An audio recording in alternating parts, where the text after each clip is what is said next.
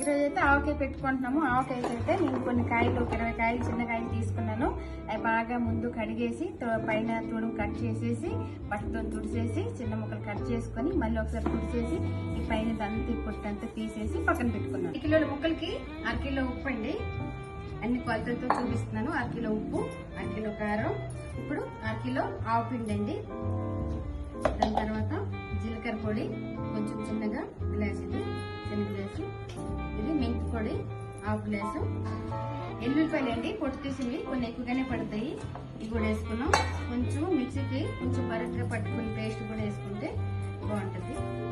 1/2 kilo నువ్వుల నూనె అండి, గానుగ నూనె 1/2 కిలో ఇది కూడా వేసేసి అంతా కలిపిద్దాం. మంచి నువ్వుల నూనె అయితే పచ్చడికి చాలా బాగుంటుంది. ఇంత బాగా కలిసే వరకు కలుపుకొని జాడీలో వేసి పెట్టుకుందాం. వేసేస్తున్నానండి. ఇదిగోండి, అంతే విధంగా వచ్చేసి మూత అయితే పెట్టేసి ఒక బట్ట కట్టేసి 3 days తర్వాత చూద్దాం. ఇవ్వండి 3వ రోజు అండి. ముక్క బాగా ఊరింది, ఆయిల్ అంతా ఇవ్వండి పైకి ఊరింది. ఆ పిండి అండి చిల్లి కూసరి అయితే టేస్ట్ చూడమందాం. చూడు టేస్ట్